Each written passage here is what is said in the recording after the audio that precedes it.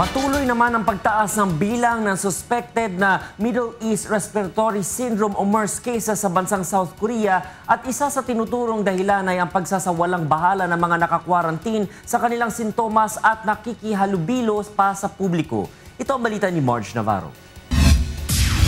Nadagdagan ng 23 bagong kaso ng MERS coronavirus infection ang naitala ngayong araw sa South Korea. Dahil dito, umakyat na sa 87 ang kabuuang bilang ng positive MERS-CoV cases sa bansa.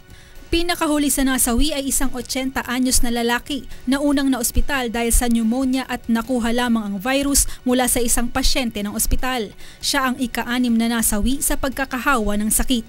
Bunsod nito, magsasagawa ng cellphone tracking ang South Korean authorities sa may 2,500 individual na kasalukuyang naka-quarantine na hinihinalang nagkaroon ng direct contact sa mga pasyente.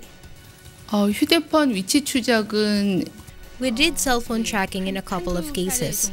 For those that we must find, we will request location tracking and receive data. We are actively tracing their locations through cooperation with police or using other methods. 자료를 받을 예정입니다. Ang hakbang ay kasunod ng ulat na may 10 individual na nasa ilalim ng quarantine period ang nagwawalang bahala at nakikihalubilo pa sa publiko.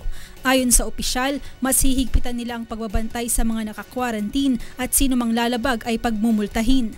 Nagpadala na ng mga eksperto ang World Health Organization upang pag-aralan ang sitwasyon sa South Korea at upang makagawa ng agarang solusyon upang mapigilan ang lalo pang pagkalat ng sakit.